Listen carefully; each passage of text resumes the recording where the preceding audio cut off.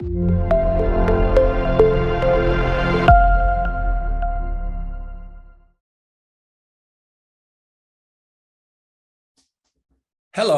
my name is Alexis Lundh, and I am recording this from Norway.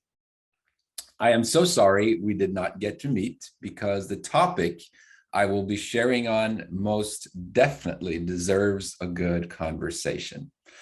But I do trust you surround yourself with good men and good women that you could talk to after this seminar. Let us start by sharing my screen.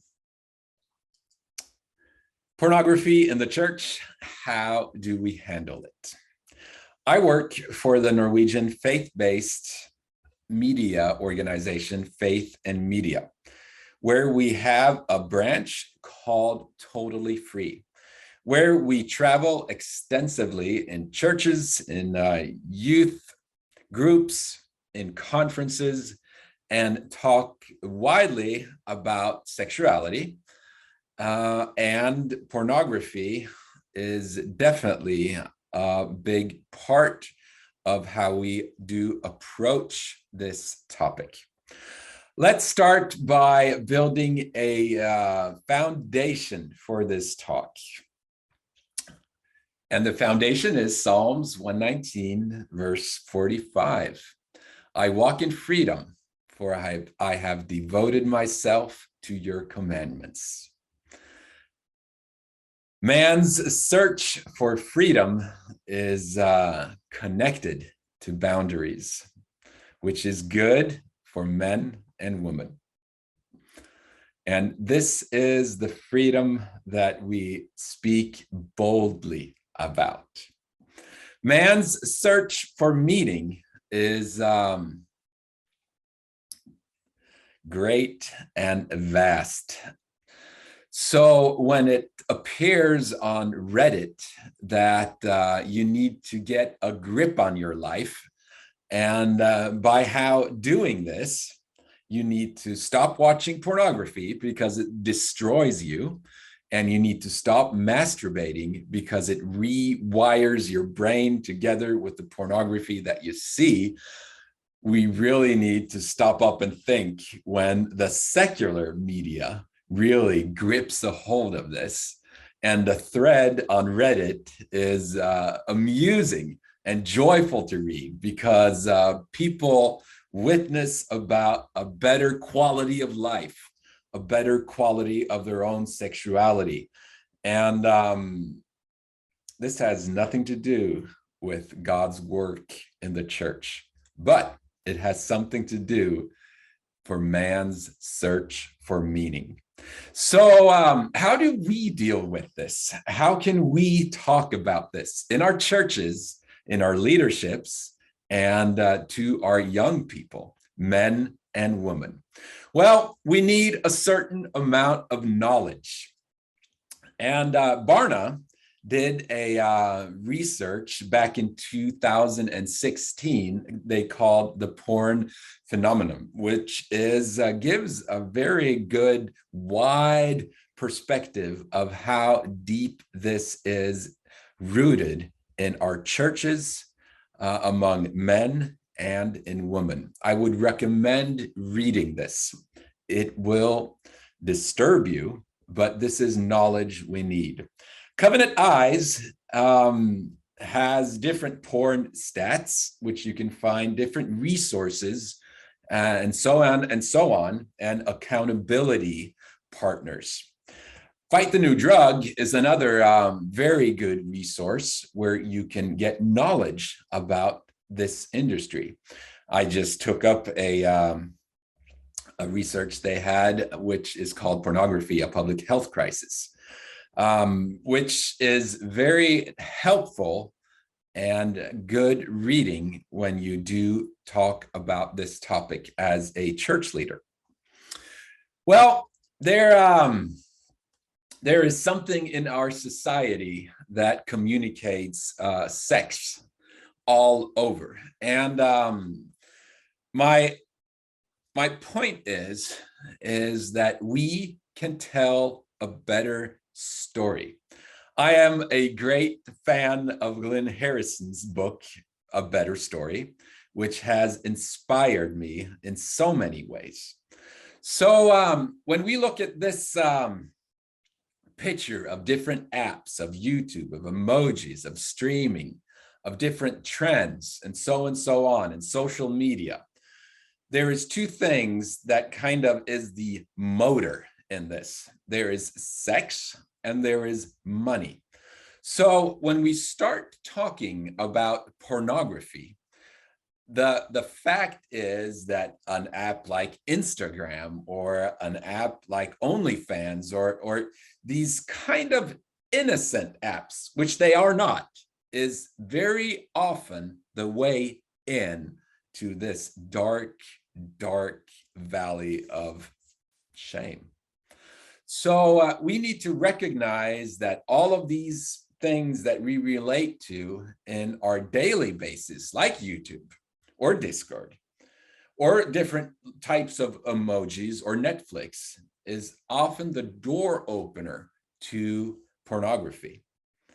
So when I talk to kids that get different challenges on, for example, the gaming platform where they're playing, if that would be Among Us or wherever it is, and they tell to me, well, they showed up some kind of picture of naked people being mean to each other, because mean is a part of the pornography industry, because sexual violence is escalating so fast and it's so bright in this industry. So we need to tell the naked truth about the industry, how it affects our society, the world, in different ways, very tight connected to human trafficking, and how it affects our brain. And then we can talk about addiction, different brain patterns, and how it totally rewires our sexuality. So when I talk to men, which I mostly talk to, I can hear a story about them telling me about coming into a room and here is girls. And their first thought will be, well, how would it be to have sex with them?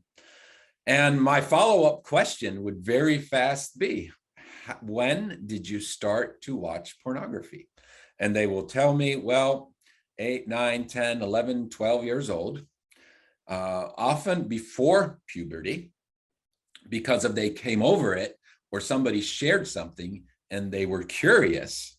So their brain is starting to walk down this path, which is unnatural, which is unhealthy, which brings great shame upon them, because this is men with great pain in their life connected to their addiction to pornography, which takes us to the heart, where it very much so touches on our relations, our views on other people, and the people that we surround us among. And of course, when it comes to our relationship to God, pornography comes in like a firewall. It just stops it. So we as a church, we need to speak clearly about sexuality. So what is sexuality? How do we talk about it? Well, kids and young people need practical ways to handle this in their mind, because pornography is most certainly an arena for learning. So when I talk about and say sexuality in a youth group, immediately their mind and their brain will think thoughts and visual pictures that they have seen in sexuality. So if I take a step back and I can start talking about connection, about human connection, about how our hormones just explode in the body and the creation that God has put down into us to connect with each other through sexuality, and the bonds that are so strong, and the emotions and the feelings, where love is the foundation for the sexuality, these are stories that young people I meet rarely hear, because social media, if it's TikTok or Snapchat or YouTube, kind of brings them over to Netflix, where they see series and shows where people just randomly meet up and sleep together and have sex. And then they watch pornography, and that gives them the wider picture of what they're actually doing behind closed doors.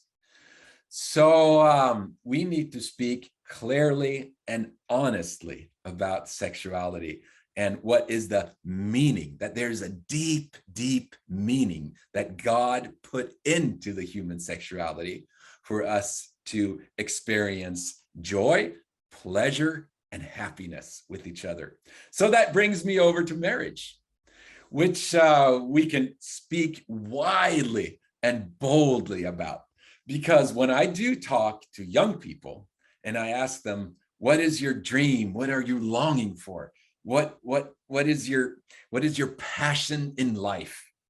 You know, this with human bonds and long-term relationships is something young people long for. All right, so let's put it in the frames of marriage, and let's talk about sexuality, connection, how to be vulnerable in this relationship, and how to be honest. Let's talk clearly and honestly about male and female. There is a meaning and a specific reason why we are as men and women. Let us speak clearly on love. What is love? Love is patient. Love can wait. Love does not seek out its own desires. Love is giving. When we put all of these things in the big talk about sexuality, about love, about human flourishing, and what everything that this is, we are starting to build a better story about sexuality. And how we meet the pornographic industry and the massive, massive push against our young people and our adult people. This is the story. This is the story that will be the vaccine that can put up the firewall so we know I do not want this in my life. We need to talk about sin, that this is definitely sin and against God's will. So if we have a clearly view on sin, we can have a clearly view on salvation. And when we talk about salvation, there is something in this word that we can widen and broaden out, because then we can start to talk about freedom. So what is freedom? And how has the sexual revolution lied about this freedom that they supposedly are selling? Now, I do not meet free people when I talk about pornography. What I meet is bondage. I meet shame. And shame is a sense or a feeling of unworthiness. And when we talk about pornography, we must talk about sexuality. And when unworthiness is a part of the whole being of someone who is addicted and is using pornography, we as a church, we as church leaders, we can come in and we can talk about salvation. We can talk about freedom. We can talk about boldness in taking a hold of your life. So when we go back to one of the different slides, get a new grip on life, I can most certainly say that salvation and freedom is deeply, deeply connected for man's search for meaning. So when we go through these different aspects of how do we deal with it, most of this talk, I really hope, inspires you to talk boldly on sexuality, on marriage, on male and female, on love and sin and salvation. Because This is the tools we have been given. So when Paul is going into a church, for example, Corinth, which is in crisis. Now we have prostitution. We have fights among the people in the church. We have things connected to abuse, abstinence abuse. We have incest. He starts to confirm their identity. And here's another key factor for us who are church leaders. Now, when we start off confirming somebody's identity, you are loved. You are called. We can widen up this, and we come into a room where things are secure. We know who you are. You know who you are. So let's talk seriously about these different topics that we need and have to relate to. So I would like to encourage you to tell a better story about sexuality. And I would encourage you to not do this as a one-time happening once a year. I would encourage you to take this story about sexuality, about human flourishing, about love and connection, and put it into different ways of communication. And all the different ages in the church, young, tweens, youth, grown-ups, young adults, and older people, they need to connect on these different topics. And my experience is when I am out in churches, which I am quite a lot, and I talk in a meeting where there are young people and there are older people, I mostly get approached by older people. And it's so inspiring because they come up to me and they tell me how happy they are, how glad they are for hearing this message, and that this is something that is on their heart. And a lot of that is born in pain because this we have not been good on talking on. So I really hope that I brought some inspiration to you, that there is something in what I said that inspired you to take a hold of this topic. And I do apologize for some words that didn't come out right.